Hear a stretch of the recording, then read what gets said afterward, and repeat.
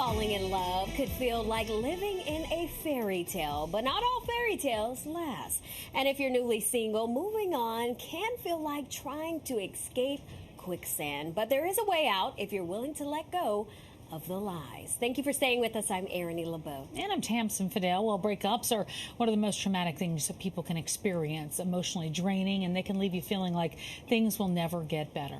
Yeah, the new book, though, Letting Go of Your Ex, could be a useful tool to help you move on with purpose. So joining us now to talk about it is the author, Dr. Cortney Warren. Thank you for joining us.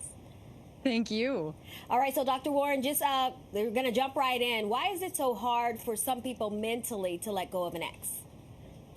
When we fall in love, it's essentially like we become addicted to our mate. You create a fantasy version of them in your own mind. They're the best. They're the most amazing person you've ever met because when you're with them, you feel euphoric. You feel this like wonderful emotional and physiological experience take over you.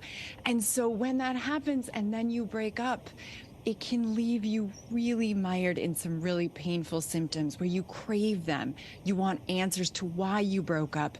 And oftentimes it's associated with a lot of lies that you've created in your own mind about who your ex actually is. Or ones they've given you, I would say. That too. All right, so let's talk about this. How do you get rid of all the constant reminders, like what's on social media, like the gifts they've given you, something you bought? What'd you say? Sell them. Right. Sell them. Yes. Taking space from your ex is so important as a starting point to moving on.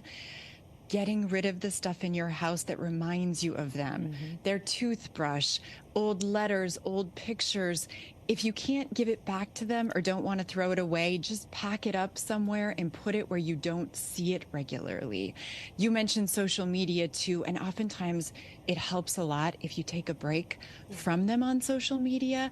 It might mean unfriending them or defriending them for a while, not following them, because one of the things we want to do after a breakup is get answers and get information. So you might find yourself checking your phone or looking at their dating app where you met them or looking for what they're doing and pictures they're posting. Sure. And that's not going to help you move on. It actually is going to make you feel worse most of the time. You know, and Facebook doesn't help when it brings up memories of the Yeah, past, like an that's true. old picture That's pops true. up. So you might have to delete a lot of those pictures. Okay, so you're here to help us move on Yes. and be happy Yes. again. So first thing you have to do is is be honest with yourself. So how do you bring awareness to that situation?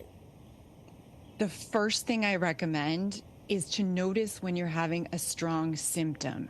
So if you notice yourself obsessively thinking about them or wanting to reach out or constantly checking your phone, you have to try to pause and really get a handle of what the unhelpful and untrue thinking patterns you're having in your own mind are. So first pause, then notice, what is it that I'm thinking about them? Is it accurate and is it helpful?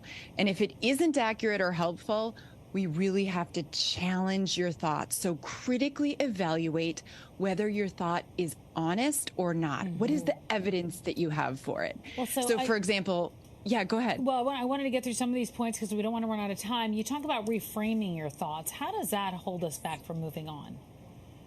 If you think you're never going to get over your ex or your ex is the best, you're going to feel emotionally sad and angry, and you're probably going to act in ways that hurt you. So if you can challenge that and reframe it to say something like, my ex is just a person. They were really meaningful for me at some point in my life, but I'm actually okay by myself. I actually have the same value now as I did when I was with them. And so I'm going to actively choose to think things that help me and don't hurt me, that are more accurate and less extreme. Because in the long run, doing that every day will help you let go and remove yourself, distance yourself from the pain of the breakup. All right, sounds like all great tips. We got to have you back. Definitely. Dr. Warren, thank you so much for being with us this afternoon. Thank you for having me. All right, for more information on how to buy Dr. Warren's book, you can visit her website or follow her on social media at Dr. Cortney Warren.